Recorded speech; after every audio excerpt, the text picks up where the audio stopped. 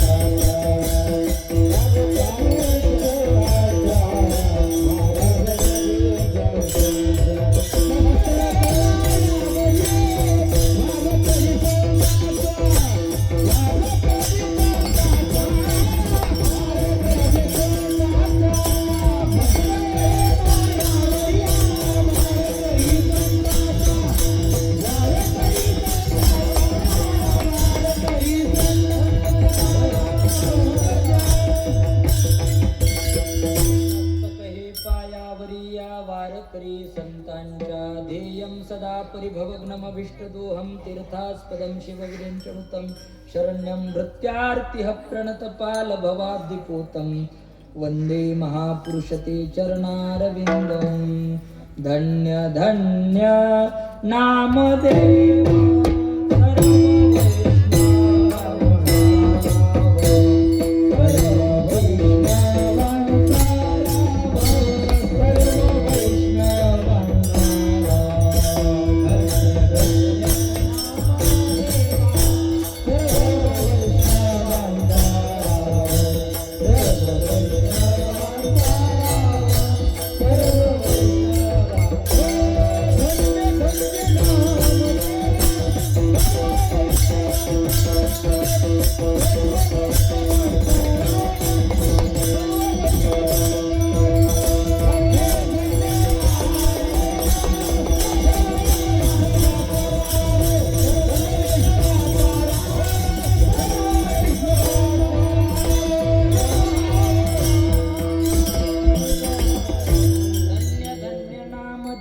सर्व वैष्णवांचा राव प्रत्यक्ष दाविली प्रचित वाळवंट परिस सत्य भक्ती आम्ही केली सांडुनी उद्वेग पावलो हे संग सुख याचे सुखा मा झाले धरिता याचा संग पळाले उद्वेग सांडुनिया प्रस्तुत प्राप्त प्रसंगी सेवेकरता निवडलेला अभंग महान भगवत भक्त विश्ववंदनीय वैराग्य राग रसिक श्रीमंत श्री जगद्गुरु तुकाराम महाराज यांचा स्थितीपर प्रकरणातील अभंग असून प्रस्तुत अभंगातून श्रीमंत श्री तुकोबाराय आम्ही आमच्या जीवनामध्ये काय केलं आणि ते केल्याच्या नंतर आम्हाला काय प्राप्त झालं याची मीमांसा करतात विठ्ठल.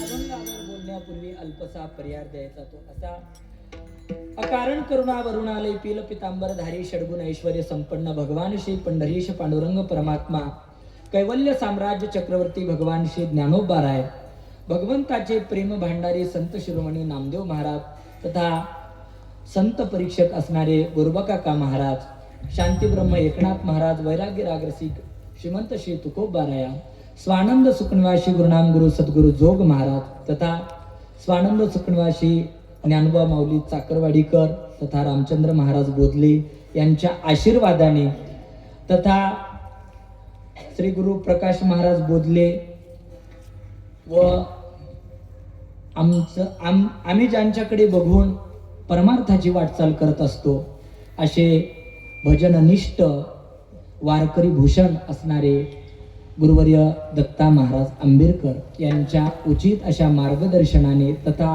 महंत बोराडे महाराज यांच्या सहकार्याने चालू असलेला हा अखंड उत्सव, अखंड हरिनाम सप्ताह, आणि या सप्ताहामधील आजची 6व्या दिवसाची कीर्तन सेवा माझ्याकडे समस्त ग्रामस्थांच्या वतीने प्राप्त झालेली आहे.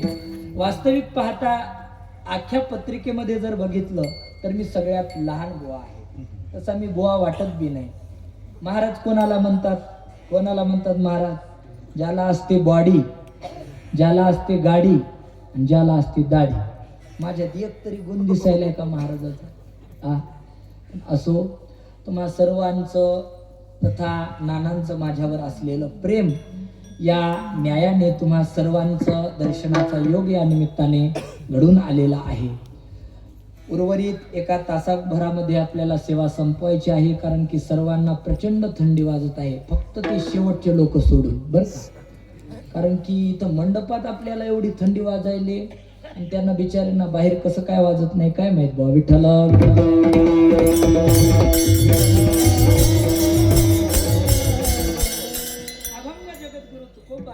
असून महाराज या अभंगाद्वारे आम्ही आमच्या जीवनामध्ये काय केलं आणि आम्हाला काय प्राप्त झालं याची मीमांसा करतात. बघा, जगद्गुरु तुकोबारायांच्या जीवनाचा जर परामर्श आपण जर घेतला महाराज, तर महाराजांचं जीवन हे सुखाला समाधानाला प्राप्त झालेलं जीवन होतं. उच्च अवस्थेला महाराजांचं जीवन प्राप्त होतं.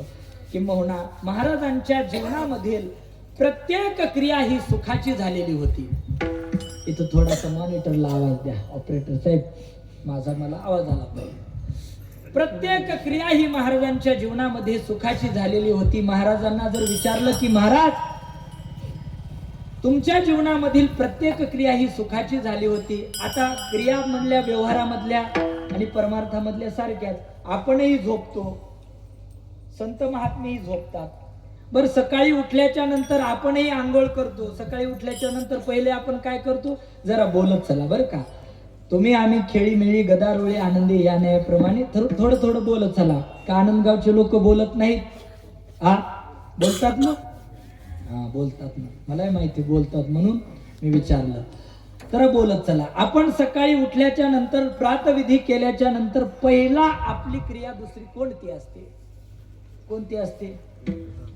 आंघोळी करत नाही का? जुम्मा नाही तसं काही. आंघोळ करतो, तुम्ही आम्ही स्नान करतो. कुठं स्नान करतो तुम्ही? आपण शुद्ध मराठीमध्ये जर बोलायचं झालं तर बाथरूम मध्ये आपण स्नान करतो, बरोबर? नाणीमध्ये, बाथरूम मध्ये आपण स्नान करतो. पण हेच जर तुकोबारायांना जर विचारलं महाराज तुम्ही स्नान कुठे करता, तर महाराजांची भाषा थोडीशी निराळी आहे. कारण की महाराजांचं जीवन हे सुखाला आनंदाला प्राप्त झालेलं होतं. महाराजांना जर विचारलं महाराज तुम्ही स्नान कुठे करता, तर महाराज उत्तर देतात, आनंदाची डोई आनंद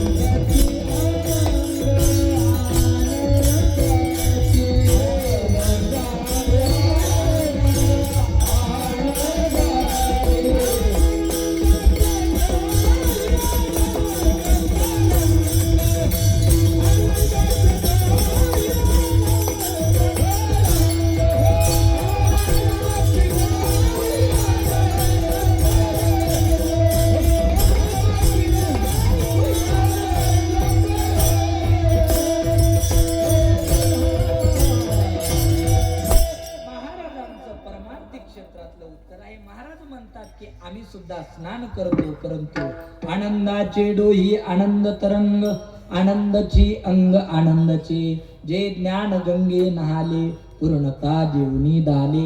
या न्यायाप्रमाणे महाराजांना जर विचारलं महाराज स्नान कुठं करतात, तर महाराजांचं उत्तर असं आहे. व्यवहारामध्ये आपलं उत्तर दुसरीकडे जातं.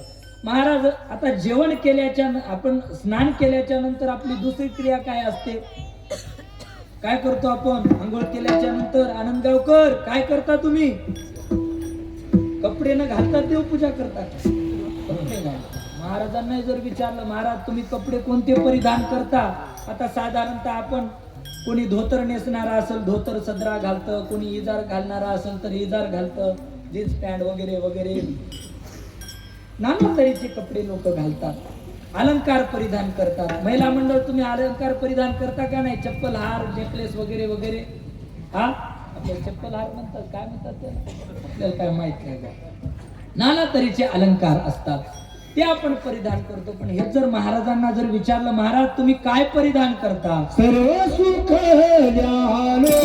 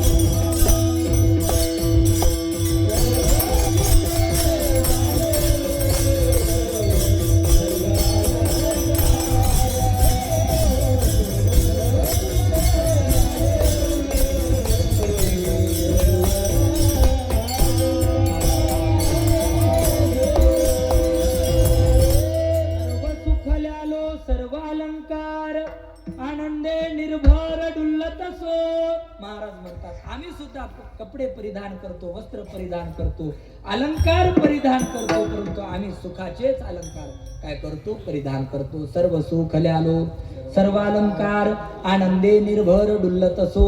आनंद वस्त्र परिधान केल्याच्या नंतर आपण काय करतो? अल्पोपहार करतो, बरोबर, जेवण करतो. आपण काय खातो? भाजी भाकरी खातो. बाजरीची भाकरी म्हणा, ज्वारीची भाकरी म्हणा, मटकीची भाजी म्हणा, असं म्हणा. आता थंडीचे दिवस झाले, चालू झाले. तुमच्या इकडे डिंकाचे लाडू करतात का नाही? हा, काजू बदाम किशमिश घालून करतात का नाही लाडू? आपण ते लाडू खातो. महाराजांना जर विचारलं महाराज म्हणतात तुका म्हणे खातो आनंदाचे लाडू, नका चरपडू घ्या रे तुम्ही. आता खाल्ल्याच्या नंतर ढेकर सुद्धा येतात ना, येतात का नाही ढेकर? तुम्ही आम्ही ढेकर देतो, पण आपण जर ढेकर दिला तर शेजारी एकही उभा राहणार नाही, इतके करपटछाप आपले ढेकर असतात. परंतु महाराज देतात ढेकर ते तसे. डाली या ढेकर येती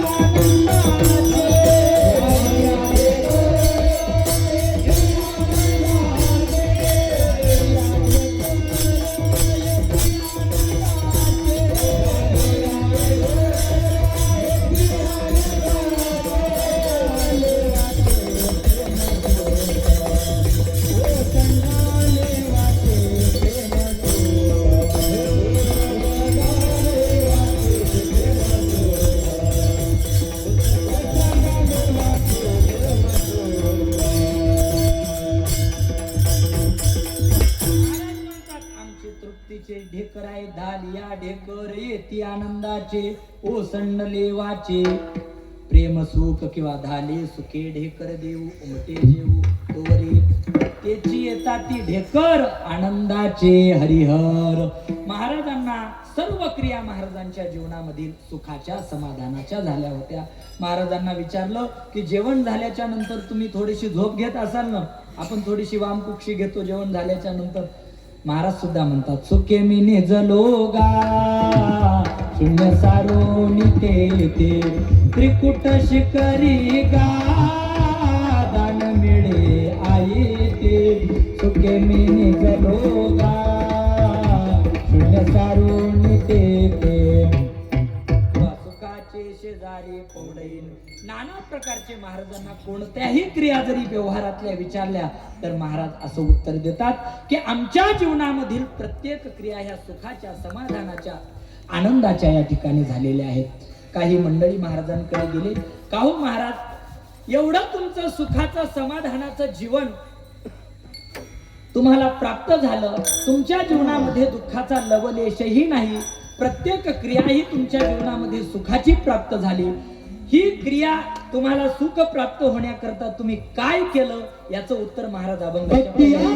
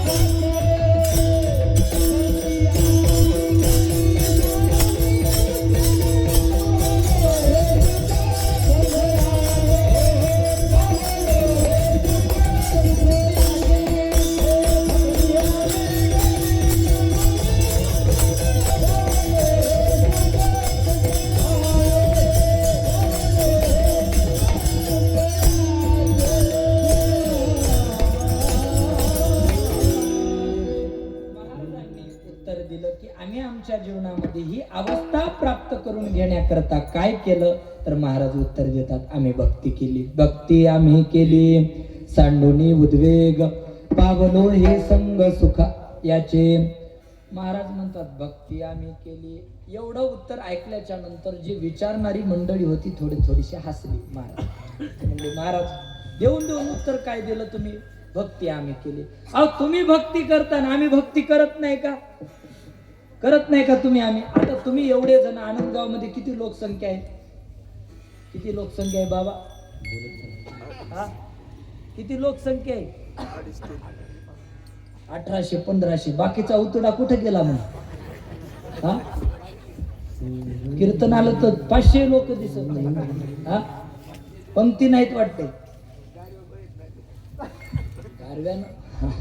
असं आता तुम्ही बाकीच्या यायचं जाऊ द्या. तुम्ही इतके सर्वजण आले बिना भक्ती केल्याच कीर्तनाला आले का? हा नाही, भक्ती करता म्हणूनच आले ना. मग तुकोबारायांना जी अवस्था प्राप्त झाली ती आपल्याला का होत नाही? उत्तर आहे, तुकोबाराही पंढरीची वारी करत होते, आपणही पंढरीची वारी करतो. बरोबर करतो का नाही? तुकोबाराही नामस्मरण करत होते, आपणही नामस्मरण करतो. पण तुकोबारायांना जी अवस्था प्राप्त झाली आपल्याला का प्राप्त झाली नाही? याचं उत्तर असं आहे, तुम्ही आम्ही भक्ती करतो, परंतु तुमची आमची भक्ती कशी आहे? पीछे से आए आगे ढकल दी, पीछे से आए आगे ढकल दी. मागच्यानं केली म्हणून पुढचा करतोय, मागच्याने केली म्हणून पुढचा करतोय. एक विनोदाने मी दृष्टांत सांगत असतो, जुने लोक सुद्धा सांगतात. एक ब्राह्मण बुवा होते. ब्राह्मण बुवा जरी धष्टपुष्ट होते, चांगले, जवळपास 1 क्विंटल त्यांचं वजन. आता इथं मला दाखवाय सुद्धा नमुना तसा नाही बघा, नाही तर दाखवला असता यांच्यासारखे दिसतात म्हणून. नाही नाही, चोपदाराहून बी जास्त होते ती. चोपदार काहीच नाही. बरं, उदाहरणार्थ आपल्या चोपदार बाबासारखे धष्टपुष्ट होते. सगळे पंचक्रोशी मधील ते पूजा अर्चा वगैरे सर्वजण करायचे, सर्व करायचे. परंतु सर्व पूजा वगैरे झाली आणि जेवायला बसल्याच्या नंतर ब्राह्मण बाबा पाठावर जेवायला बसायचे. नेमकं जेवायला बसले की त्यांचा काष्टा फिटायचा. असा त्यांचा क्रम चालू होता बरेच दिवस. काही दिवसांनी त्यांचा मुलगा त्यांच्यासोबत पूजेला जायला लागला आणि हा सर्व प्रकार तो सर्व बघायचा, कसं कसं काय असतं, कसं काय. आता काही दिवसांनी ब्राह्मण बुवा वैकुंठवासी झाले. तुम्ही म्हणा लगेच कसे झाले? दृष्टांतात लगेच होत असतात. झाल्याच्या नंतर मग परंपरेनं ती सेवा त्या मुलाकडे आली. मुलाकडे आल्याच्या नंतर त्या मुला सुद्धा व्यवस्थित पूजा करायचा, उत्तम काय असेल ती दक्षिणा घ्यायचा आणि जेवायला बसलं की याचा काष्टा फिटायचा नाही, पण हा सोडून बसायचा. असे अनेक दिवस चालले. पण एके दिवशी काय झालं, आमच्या महेश महाराजांच्या घरीच पूजा होती. महेश महाराजाचा तो चांगला मित्र होता, चांगला मित्र होता. आणि म्हणायला लागल्याच्या नंतर सर्व पूजा वगैरे झाली, सगळे झाले आणि जेवायला बसल्याच्या नंतर त्यानं ती क्रिया बघितली की त्यानं काष्टा फेडला आणि जेवायला बसलं. महाराज म्हणले की का रे, हा काय प्रकार आहे? ते म्हणलं तुला माहित नाही, माझ्या वडिलाची मिराशी असं.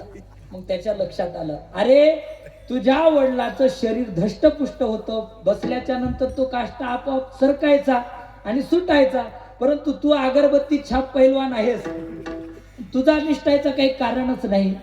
माझा दृष्टांत संपला. म्हणजे आपली भक्ती त्या पद्धती नाही, त्यांचा सुटायचा म्हणून हा सोडायचा अशी नाही. आपली भक्ती जी आहे अशी मागच्याने केली म्हणून पुढच्याची आहे. तुम्ही आम्ही जी भक्ती करतो या भक्तीमध्ये आपली भक्ती ही सदोष भक्ती आहे आणि संत महात्मे जी भक्ती करतात ही निर्दोष स्वरूपाची भक्ती आहे. विठ्ठल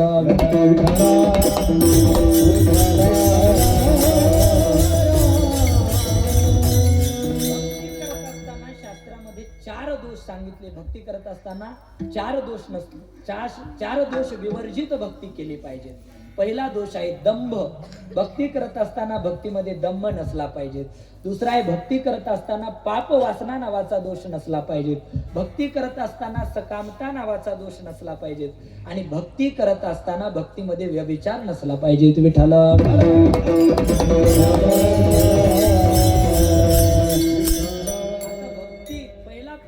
भक्ती करत असताना दंभ नसावा. कशाला म्हणतात दंभ? कशाला म्हणतात?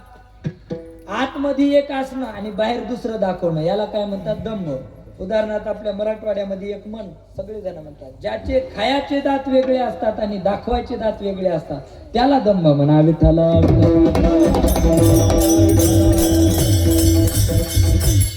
हल्ली याचाच भरणा तुम्हाला जास्त दिसायला लागतो. तर वारीमध्ये जास्त बघायला मिळतो बरं का. टिळे टोपी माळा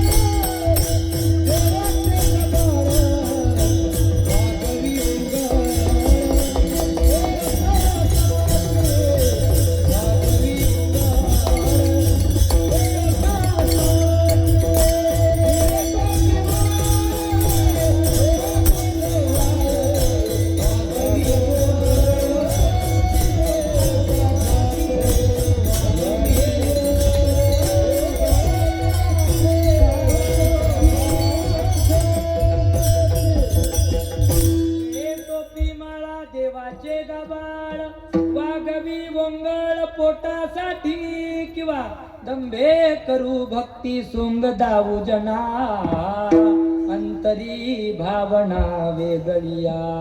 अंतकरणामध्ये एक भाव असणं आणि दुसरा दाखवणं भक्ती करणं याला दंभ अशा पद्धतीचा म्हणतात. जुनी कीर्तनकार नेहमी एक दृष्टांत या बाबतीमध्ये सांगत असतात. तुकोबारावी सांगतात, ते कोणी पुराणिकाची दाढी, पुढं काय, जे कोणी पुराणिकाची दाढी पुंदे विठ्ठल विठ्ठल, कोणी पुराणिकाची दाढी रडे पुंदे डोळे चोडी प्रेम खरे नाही जना भिन्न अंतरी भावना. पुराणिक बुवा श्रावण मासामध्ये कथा सांगायचे आणि असे तुमच्यासारखे गृहस्थ भाविक सज्जन कथा ऐकण्याकरता यायचे. कथा ऐकायला आल्याच्या नंतर पुराणिक बुवा मोठ्या उत्साहाने कथा सांगायचे. त्याच कथेमध्ये एक मेंढपाळ सुद्धा काय व्हायचा, कथा ऐकण्याकरता यायचा. नित्यनेमाप्रमाणे यायचा. एक दिवस असाच झाला, कथा चालू झाली, पुराण चालू झालं आणि तो पुराणिक बुवा अशा मोठ्या आनंदाने, मस्त लगे रिस्पॉन्स चांगला दिसल्यामुळे चांगली कथा जोरामध्ये आली. जोरामध्ये आल्याच्या नंतर मात्र तो मेंढपाळ जशी महाराजांनी अशी मान हलवून कथा करावी तसा तो मेंढपाळ रडायचा, भोगसा भोगसे रडायचा. महाराजांनी त्यांच्याकडे बघितल्याच्या नंतर महाराजांना वाटायचं, बुवा काय याच्या अंतकरणामध्ये अष्टसात्विक भाव निर्माण झाले, याला काय कथेमधला एखादा विषय आवडला की हा एवढा याच्याकडून आनंदाचे अश्रू येत आहेत. म्हणून महाराज बी मोठ्या उत्साहाने कथा सांगायचे. आणि सर्व कथा झाल्याच्या नंतर महाराजांना विचारलं की का हो महाराजांनी त्या मेंढपाळाला विचारलं, का हो बुवा तुम्ही साऱ्या कथेमध्ये तुमच्या डोळ्यातून गंगा यमुना सरस्वती सर्वच नद्याचा उगम होत होता, नेमकं काय झालं होतं, एवढा कसं काय तुमच्या अंतकरणामध्ये अष्टसात्विक भाव निर्माण झाला, असा कोणता कथेतला विषय तुम्हाला आवडला की त्या योगाने तुमच्या अंतकरणातून पाझर फुटला, अंतकरणाला आनंद अश्रू व्हायला लागले. तेव्हा तो मेंढपाळ म्हणला, महाराज तसे अष्टसात्विक भाव वगैरे वगैरे माझ्या मनात काही निर्माण झालं नाही. काय माहितीये का, काल परवा माझा बोकड मेला आणि त्या बोकडाला नाही का तुमच्यासारखी दाढी होती. जशी जशी तुम्ही कथेमध्ये अशी मान हलवायला लागली की मला तशी तशी माझ्या बोकडाची आठवण यायची. तुम्ही सांगा, हा कथा ऐकायला आला होता का बोकड पाहायला आला होता? याला दांभिक प्रकार म्हणतात. विठ्ठल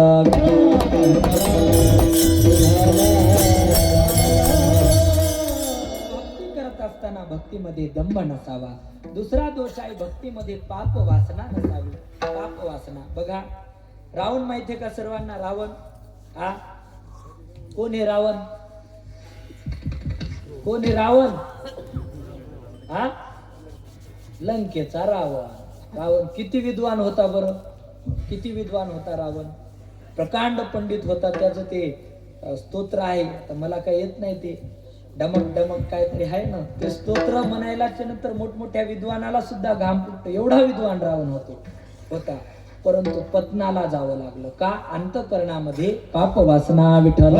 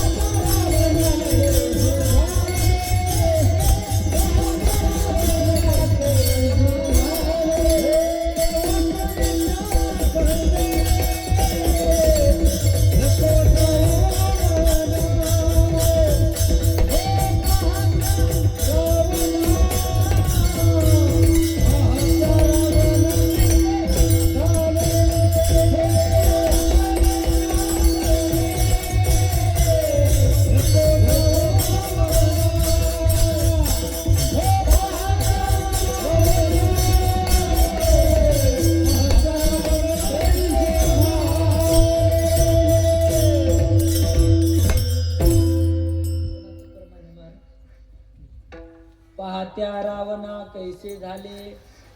प्रमाण काय नवीनच ऐकलं बरं का. पाहत्या रावणा कैसे झाले म्हणजे वासनेच्या संगतीत पाप वासना त्याच्याकडे निर्माण झाली आणि त्या पाप वासनेच्या जोरानं त्याला पतनाला जावं लागलं. वास्तविकता रावण साधारण होता का हो? साधारण होता का? सांगा ते कवडी गेली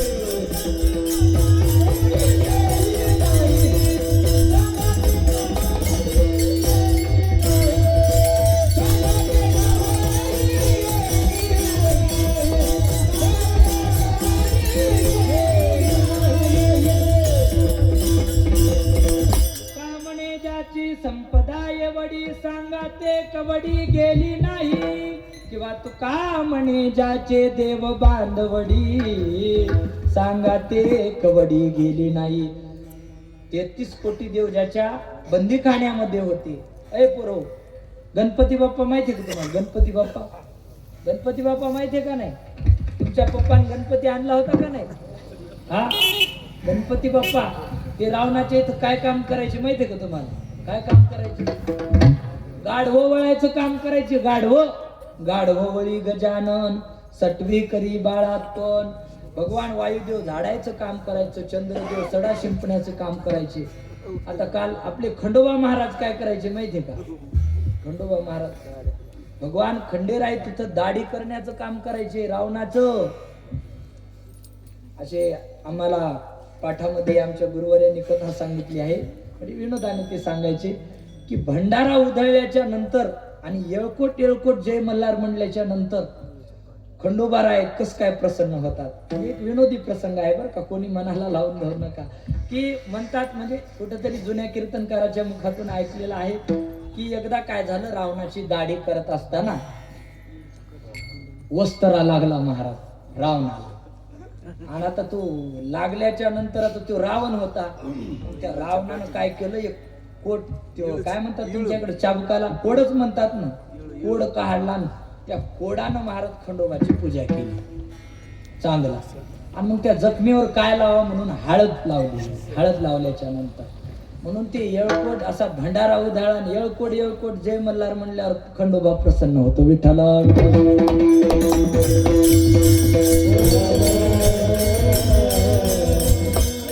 शक्तिशाली रावण होता, परंतु पाप वासना अंतकरणामध्ये असल्यामुळे पतनाला जावं लागलं. तिसरा दोष आहे भक्तीमध्ये सकामता नावाचा दोष नसावा. हल्ली 99.99 लोक याच ठिकाणी भक्ती करतात. भक्ती महिला मंडळ तुमच्या इकडे नवस बिवस करतात का नाही? नवस 4 खुराचं 5 खुराचं काहीतरी असतं ना म्हणे. इकडं नाही म्हणा, आपण वारकरी माणसं आहेत. पंढरीनाथाला तुम्ही नवस करता की देवा माझ्या मुलाचं चांगलं होऊ दे, तुझ्या 5 वाऱ्या करते, माझ्या लेकराचं चांगलं होऊ दे, त्याला नोकरी लागू दे, त्याला चांगली मुलगी भेटू दे, तिनं मला दररोज शिव्या घालू दे, असं नाही म्हणत. वगैरे वगैरे तुम्ही नवस करता, तुझ्या 5 वाऱ्या करते, बरोबर. 5 वाऱ्या झाल्या की 6व्या वारीला पांडुरंगाचं तोंड सुद्धा बघायचं.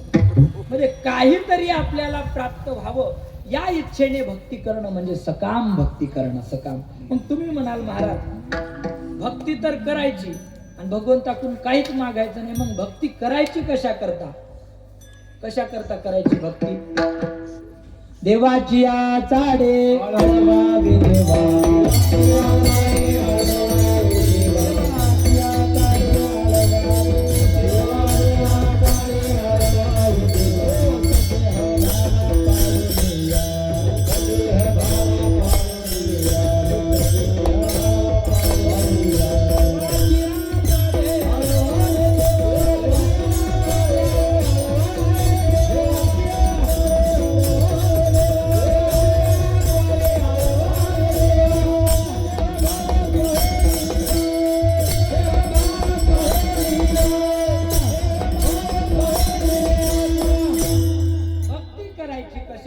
भक्ती करायची तर देव प्राप्त करण्याकरता. देवाची या चाडे आळवावे देवा, भक्तीमध्ये सकामता नावाचा दोष नसावा.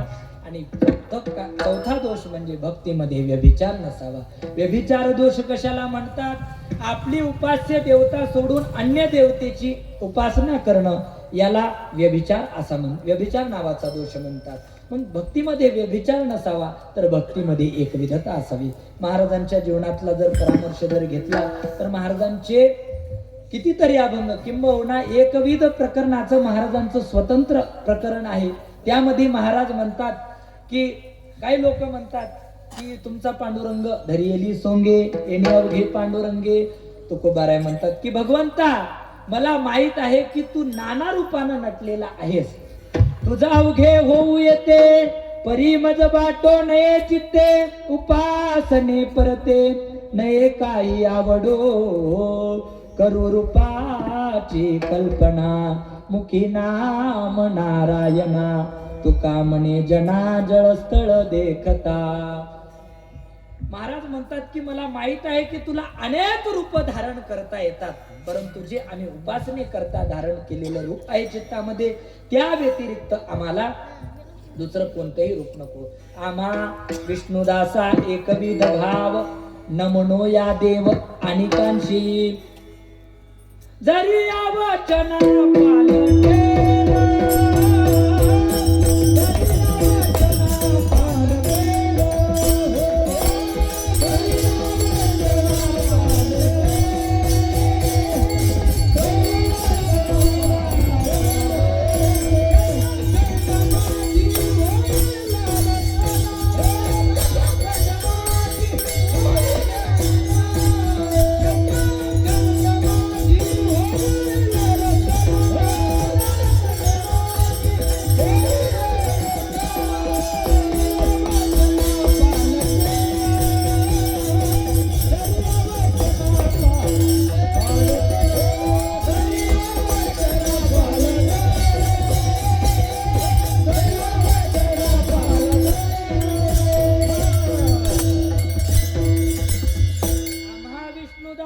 एकविध भाव न म्हणो या देव अनिकाची.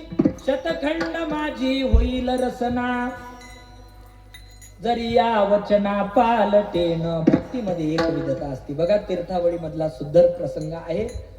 नामदेवरायांच्या भेटी करता ज्ञानोबा राय गेले. नामदेवाचे भेटी ज्ञानदेव आले. लोटांगण घातले. नामदेव तीर्थावळी मधला सुंदर प्रसंग आहे. महाराजांच्या भेटी करता ज्ञानोबा राय गेले.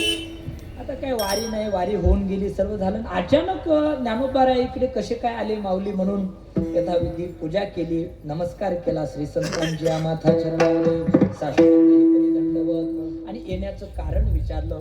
येण्याचं कारण विचारल्यानंतर ज्ञानोबा रायांनी सांगितलं, भूतळीचे तीर्थ पहावे नयनी. या पृथ्वी तलावर काही जेवढे काही तीर्थ आहेत ती तीर्थयात्रा करण्याची माझी इच्छा आहे. नामदेवराय म्हणले काही अडचण नाही, चांगला संकल्प आहे. असं म्हटल्याच्या नंतर ज्ञानोबा राय म्हणायला लागले की महाराज मला तीर्थयात्रा करायची, परंतु तीर्थयात्रा कंपनी सोबत नाही करायची. मग तीर्थयात्रा कुणासोबत केली पाहिजे? तीर्थयात्रे सुखे जावो वाचे विठ्ठल नाम घेऊ, आसंत संगे सेवू, वासुदेव धनिवरी करू वासुदेव स्मरण, करू वासुदेव स्मरण. संतांसोबत तीर्थयात्रा केली पाहिजे. म्हणून माझी अशी इच्छा आहे की तुम्ही तुमच्या सोबत तुझे संगतीचे नित्य सुख घ्यावे, सार्थक करावे संसाराचे. नामदेवराय म्हणतात पण आता मोठ्या माणसाला नाही म्हणता येत नसतं बुवा, नाही म्हणता येत नसतं. आता वास्तविक पाहता आज मला या गावामध्ये सेवेला खरं तर मी येतच नव्हतो, परंतु नानांचा आग्रह असल्यामुळं मोठ्या माणसाचे शब्द मोडता येत नसतात. आम्ही सध्या वास्तव्याला एकांतामध्ये असतो आणि थोडंसं पाठांतर असल्यामुळे जास्त काही फिरत नाही. आम्ही फिरलं तरी तिथल्याच परिसरामध्ये सेवा करून आपलं रातोरात डोंगरावर गेलेलं बरं असतं. म्हणून एवढ्या लांब येण्याचं कधी नाही. माझं बीड जिल्ह्यातलं पहिलंच कीर्तन आहे. पहिलंच कीर्तन असल्यामुळे येत नाही, पण मोठ्या लोकांचं शब्द टाळता येत नाही. नानांचा आग्रह असल्यामुळे इकडे येण्याचं केलं. असो, तसं ज्ञानोबारायांचा शब्द तर टाळायचा नाही. मग पुसणे ते पुसा पांडुरंगा, नामा म्हणे स्वामी विठोबाशी पुसा. नामदेवराय म्हणतात की तुम्ही पांडुरंगाची आज्ञा घ्या. पांडुरंगाने जर परमिशन दिली, आज्ञा दिली तर मी निश्चितच येईल. आता नामदेवरायला वाटलं की भगवंताला सुद्धा आपल्याला सोडून करमत नाही, आणि हे खरंही होतं. भगवंताला नामदेवरायांशिवाय एक क्षण सुद्धा करमत नव्हतं. रावळामध्ये दोघे जण गेल्याच्या नंतर भगवान पंढरीनाथांनी नामदेवराय ज्ञानोबाराय बघितल्याच्या नंतर भगवान परमात्म्याला आनंद झाला. स्वस्तिक क्षेम काय असेल ते पुसला. ज्ञानोबारायला विचारलं की का हो ज्ञानोबाराय, वारी होऊन गेली, सगळं झालं, तुम्ही अचानकच इकडे कसे काय आले? तेव्हा ज्ञानोबारायांनी सांगितलं की भगवंता, माझी तीर्थयात्रा करण्याची माझी इच्छा आहे आणि मला नामदेवरायांना सोबत घेऊन जायचंय. एवढं म्हटल्याच्या नंतर भगवंतांनी बी लगेच होकार देऊन टाकला. होकार दिल्याच्या नंतर मात्र नामदेवरायांचं तोंड थोडस महाराज पडलं, तोंड पडलं, बारीक तोंड झालं. बारीक तोंड झाल्याच्या नंतर नामदेवराय म्हणायला लागले का अरे देवा, इतर तीर्थक्षेत्राच्या जर आम्हाला वाऱ्या जर करायच्या असतील तर वैकुंठ सोडून आम्ही इथे कशा करता आलेलो आहे? त्रिभुवनीचे वैभव सांडून या दुरी, झालो से भिकारी पंढरीचा. मग तेव्हा भगवान परमात्म्याने उत्तर दिलं, अरे मला सोडून तुला दुसरी कुठं काय तीर्थक्षेत्र आवडत नाही, मला सोडून तुला जावं वाटत नाही, हे मला मान्य आहे. परंतु अरे तुझ्या संगतीचा इच्छा कोण करत आहे याचा तरी विचार कर. मी आणि ज्ञानोबाराय काय वेगळं आहे का? प्रत्यक्ष परब्रह्म मूर्ती ज्ञानेश्वर करी तसे आदर संगतीचा, तो आणि मी नाही तुझा, ज्ञानदेव आत्मा माझा. असं सांगितल्याच्या नंतर नामदेवराय काय झाले, होकार नामदेवरायांनी दर्शवला. परंतु नामदेवरायांनी एका अटीवर होकार दर्शवला महाराज. कोणती अट होती ती? नामदेवराय म्हणले मी तीर्थयात्रेला जाईन, परंतु ज्ञानोबाराय म्हणतील की आला मोठा महादेव पराया मोठा महादेवाच्या पाया, तसं जमणार नाही. आला जेजुरीचा खंडोबा पडायाच्या पाया. माझं एक वचन आहे की ज्या देवाच्या कमरेवर हात नाहीत आणि ज्याचे पाय समान नाही, मी त्याचं दर्शन घेणार नाही. कटेवरी कर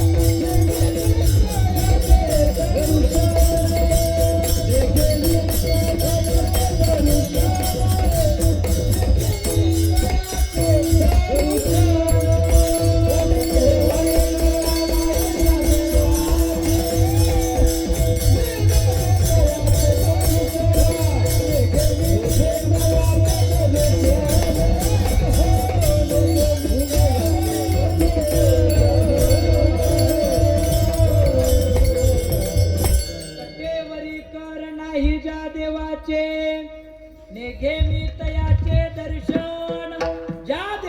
कमरेवर हात नाही, ज्याचे पाय समान नाही, त्यांचं मी दर्शन घेणार नाही. भक्तीमध्ये एवढी एक विधता असावी, भक्तीमध्ये व्यभिचार नसावा. विठ्ठल विठ्ठल.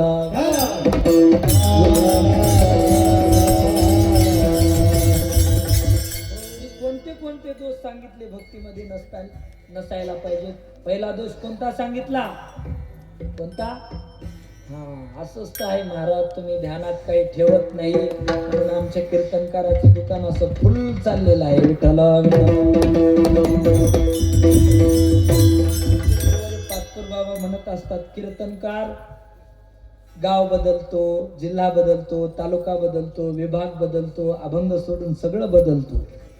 अभंग सोडून का बदलतो? एकच अभंग या गावात 17 वेळा जरी घेतला तुम्ही काही ध्यानातच ठेवत नाही. नेमकं गेल्या वर्षी काय महाराजांनी सांगितलं काय नाही, त्याच्यामुळं चालू द्या. विठ्ठल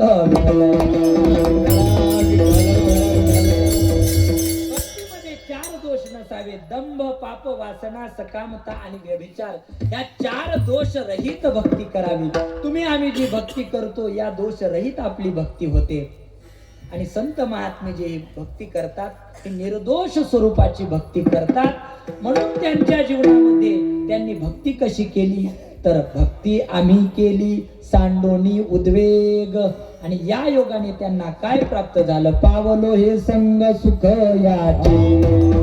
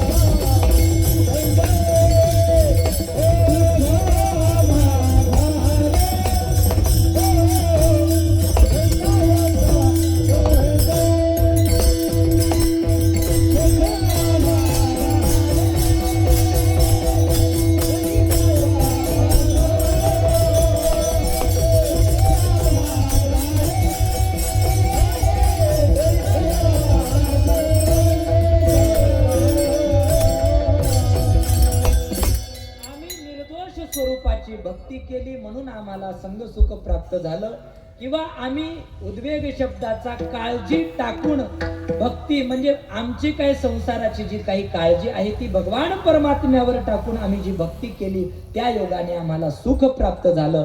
किंबहुना या भक्तीच्या योगाने आमच्या जीवनामध्ये काय घडलं तेच महाराज अभंगाच्या दुसऱ्या चरणात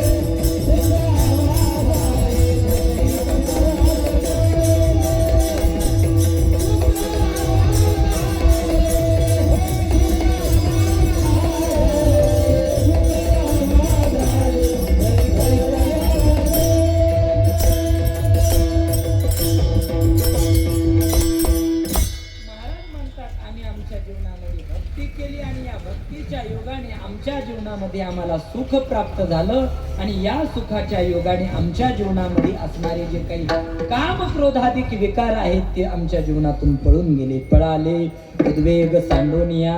महाराज तुमच्या जीवनामध्ये सगळे विकार पळून गेले हे म्हणता आणि एके ठिकाणी महाराज तुम्हीच असं म्हणता, एकाचे ही मजन घडे दमन अवघे नेमून कैसे राखू. नाथ महाराज भागवतामध्ये सुद्धा म्हणतात की एक एक जो विकार आहे याच्यामध्ये मोठमोठ्याला त्रस्त केलेलं या विकाराने आपल्याला पाहायला भेटतं. बरं, साध्याची यादी नाथ महाराज देत नाहीत, मोठमोठ्याची यादी देतात. एका रूपकामध्ये मोठमोठ्यांची यादी देतात. धडक मारली शंकरा, धडक मारली शंकरा,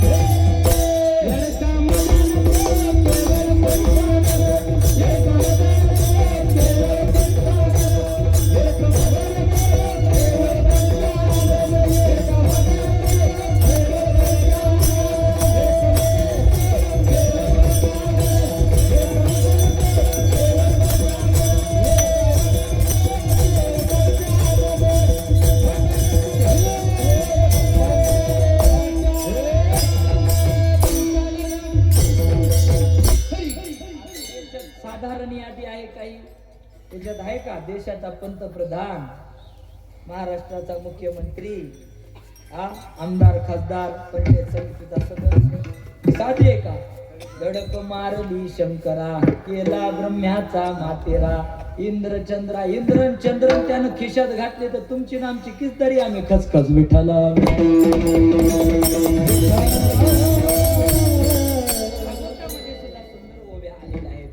ब्रह्मकन्येशी धरू पाहे मद कामाचे निघाये, ब्रह्मकन्येशी धरू पाहे पराशरा केले काय भोगिली पाहे दिवा दुर्गंधा.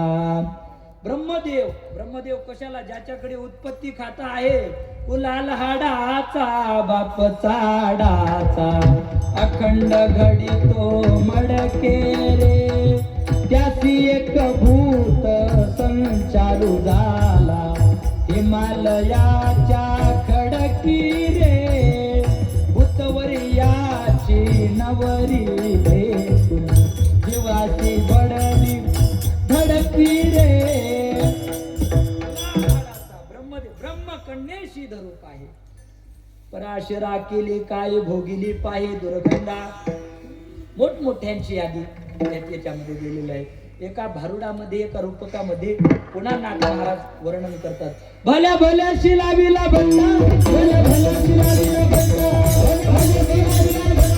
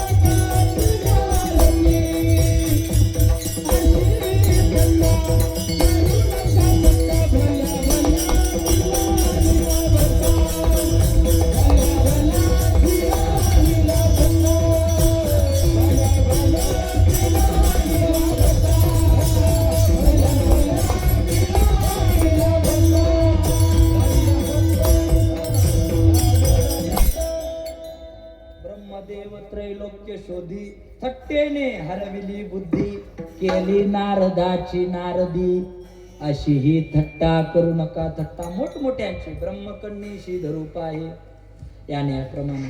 बर भगवान महादेव जया मुनी वंदिती मुगुटी, तो तापसा माझी धुरजटी, तो शिवू लागे मोहिनी पाटी फेडूनी लंगोटी वीर्य द्रवले विठ्ठल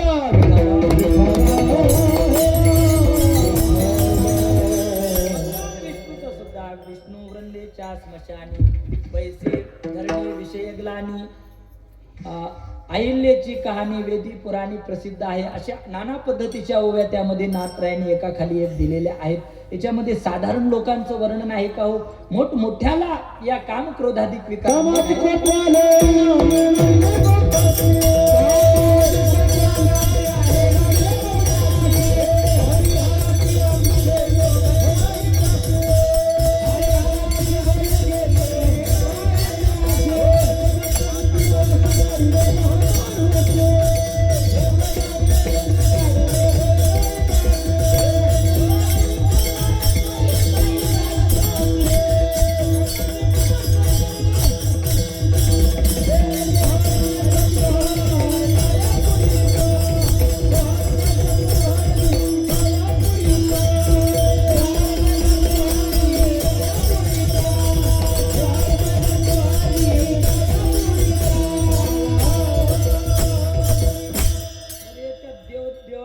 आपण सांगितलं. याच्यामध्ये नाथ महाराज सांगतात, कामाजी कोतवाल याने नाडिले बहुतांची, हरिहराची अब्रू घेतो भय नाही त्याची, जमत अग्नी दुर्वास नाडिले महान महान ऋषी, क्रोधाने अवतार तोही साह्य झाला त्याशी. काम आला की काम येश क्रोध येश रजोगुण समुद्भव या न्यायाप्रमाणे काम आला की त्याच्या मागे सगळी फलटण येऊन जाते महाराज. परंतु आशय जरी असले तर तुम्ही म्हणाल की सगळ्यालाच नाडलं, मग याच्यातून कोणीतरी सुटला असेल ना. थट्टेतून सुटले चौघे जण, थट्टेतून सुटले चौघे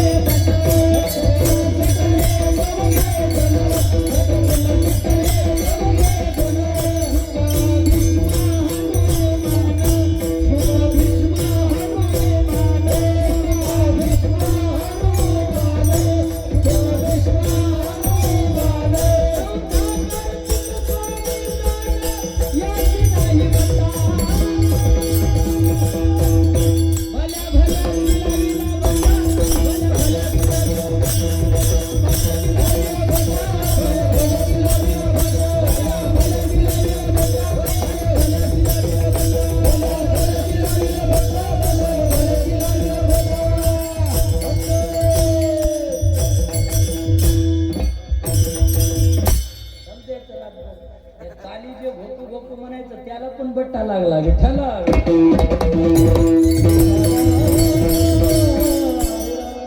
मोठमोठ्यांच्या यादी आहेत, परंतु नामचिंतनाच्या जोराने भक्तीच्या जोराने आम्ही या विकारांवर विजय केला. काम क्रोध बंदी कानी, तुकामने दिले दोन्ही, इंद्रियाचे धनी आम्ही झालो गोसावी, तुकामने देह भरिला विठ्ठले, काम क्रोध केले घरणिते. या न्यायाप्रमाणे भगवान परमात्म्याची भक्ती करून नामचिंतन करून आम्ही आमच्या जीवनामधील विकारांवर विजय मिळवला. आमच्या जीवनामधून ते विकार पळून गेले आणि या भक्तीच्या योगानं आम्हाला आमच्या जीवनामध्ये अत्यंत सुख प्राप्त झालं. कारण की आमच्या जीवनामध्ये आम्हाला परमात्म्याची सेवा घडली. हेच महाराज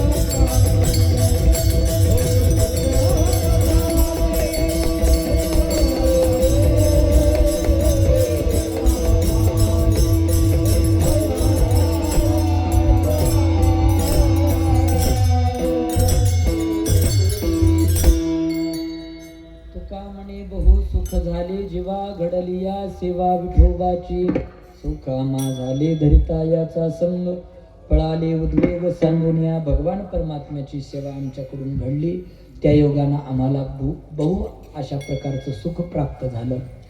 तुमच्या आमच्या जीवनामध्ये ही सुखाची अनुभूती किंबहुना सुख जर प्राप्त करून घ्यायचं असेल तर त्या भगवान परमात्म्याचं नामचिंतन करा. विठोबा आठवणी करा.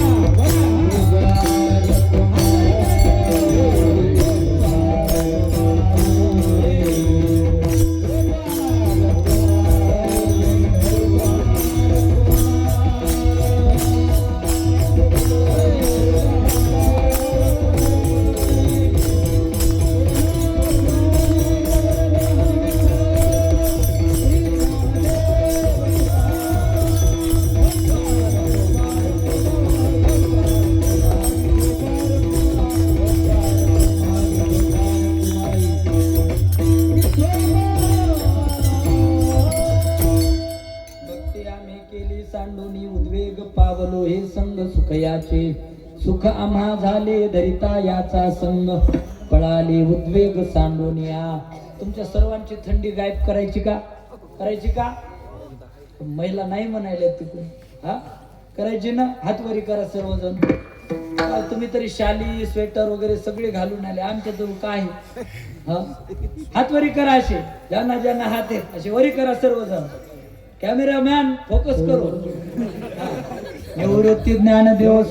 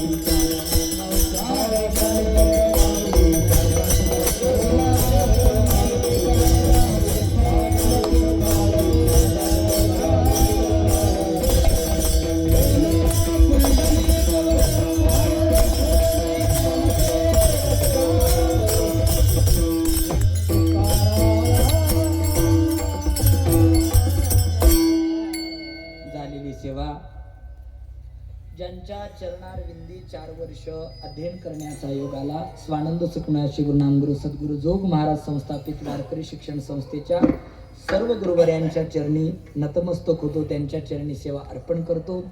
तथा ज्यांच्या माध्यमातून इथे येण्याचा योग आला असे गुरुवर्य श्री हरिभक्तीपारायण दत्तात्रय महाराज आंबेडकर त्यांच्याही चरणी सेवा समर्पित करतो. तथा पावनधामचे सर्व विद्यार्थी, त्यांच्याही चरणी, त्यांच्या दर्शनाने मी सुद्धा पावन झालेलो आहे.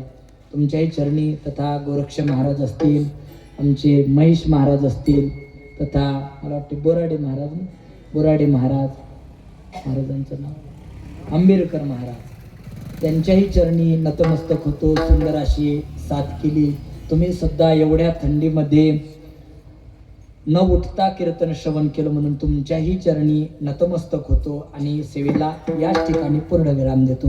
तुकाराम तुकाराम तुकाराम.